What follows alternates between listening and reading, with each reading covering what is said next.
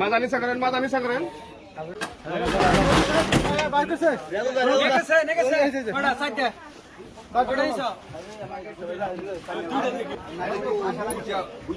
কোন জায়গায় ছাগল বাচ্চা পড়ছে, আবার ওর ফুফু এলে ডাকতেছে নেইমার খুঁয়া। পরে আবার কি করলাম, নেইমার দূর দিছে, ছাগল বাচ্চা পড়ছে, ফুফুর জন্য ছাগল বাচ্চা মরছে, ওইটা তুইলে দেন নাকবো কয়। আমি কইছি আগে রুটি খাইয়া আয়, 10 টাকা দিছ ওনার জন্য।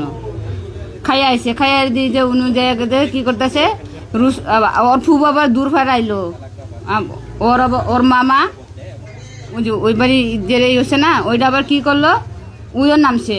আবার ওর ফুফু আবার দূর ফেলে আইছে, বড় ভাই খয়া। ওকর তো আমার স্বামীরও খবর নাই, আবার নেইমারেরও খবর নাই, দূর ফেলে গেছে আঙ্গর গেন্দার বাহে।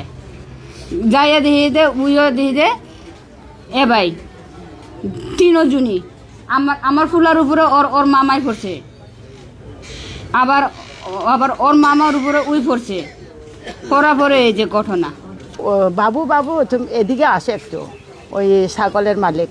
পরে দেখি যে ছাগলের মালিক ওখান যে ওই বাচ্চাটা নামছে, নামার পরে মনে করো আর আসে না।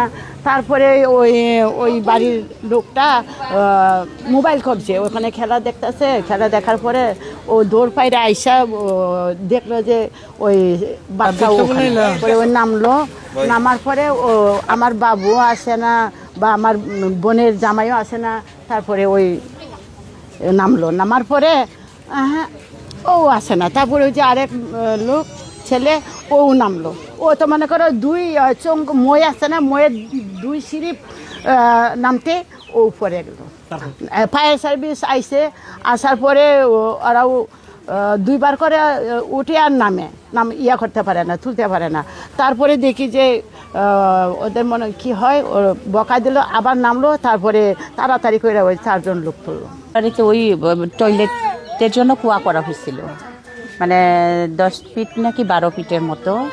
ওই কুয়ার ভিতরে গর্ত, সামনের গর্ত মানে ছোট, মুখটা ছোট, যে রিং বসানো হয়েছে। ভিতরে এলো এইভাবে ইয়া করা হয়েছে, মানে সুরুঙের মতো না, ওকে খুম্বালো এখন না চিনি, ওইভাবে করা হয়েছে। ভিতরে ওই মানে টাকা পয়সা হয়তো কিছু অভাব আছিল, এর জন্য হইলো বেড়া টেড়া দেওয়া হয়েছিল না, টয়লেট ঠিক করা হয় নাই, স্ল্যাব বসানো হয় নাই। ওইখানে নাকি সামান্য একটা